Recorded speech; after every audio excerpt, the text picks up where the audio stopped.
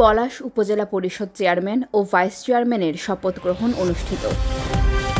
বেঙ্গল টিভির নিয়মিত সংবাদ সংযোগে আপনাদের স্বাগতম। সাথে আছি আমি মিফতাহুল জান্নাত পৃথিবী। এতক্ষণ শুনছিলেন সংবাদ শিরোনাম, এখন বিস্তারিত। নরসিংদীর পলাশে ৮ মে ষষ্ঠ উপজেলা পরিষদের প্রথম ধাপের নির্বাচনে তৃতীয়বারের মতো নির্বাচিত উপজেলা চেয়ারম্যান সৈয়দ জাবের হোসেন সহ ভাইস চেয়ারম্যানদের শপথ গ্রহণ অনুষ্ঠিত হয়েছে। সোমবার ৩ জুন ঢাকা বিভাগীয় কমিশনারের কার্যালয়ে সম্মেলন কক্ষে এই শপথ গ্রহণ অনুষ্ঠিত হয়।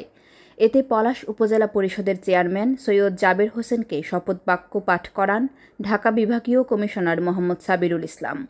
সেই সাথে আরও শপথ নেন ভাইস চেয়ারম্যান কারিউল্লাহ সরকার ও মহিলা ভাইস চেয়ারম্যান সেলিনা আক্তার। এই শপথ গ্রহণের মধ্য দিয়ে তৃতীয়বারের মতো আগামী ৫ বছর পলাশ উপজেলার জনপ্রতিনিধি হিসেবে দায়িত্ব পালন করবেন সৈয়দ জাবের হোসেন এবং দ্বিতীয়বারের মতো ৫ বছর দায়িত্ব পালন করবেন ভাইস চেয়ারম্যান কারিউল্লাহ সরকার ও মহিলা ভাইস চেয়ারম্যান সেলিনা আক্তার।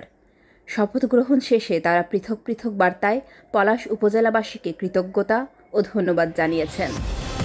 এতক্ষণ আমাদের সাথে থাকার জন্য অসংখ্য ধন্যবাদ। এরকম ভিডিও নিয়মিত পেতে বেঙ্গল টিভির ফেসবুক পেজটি ফলো করুন এবং ইউটিউব চ্যানেলটি সাবস্ক্রাইব করুন।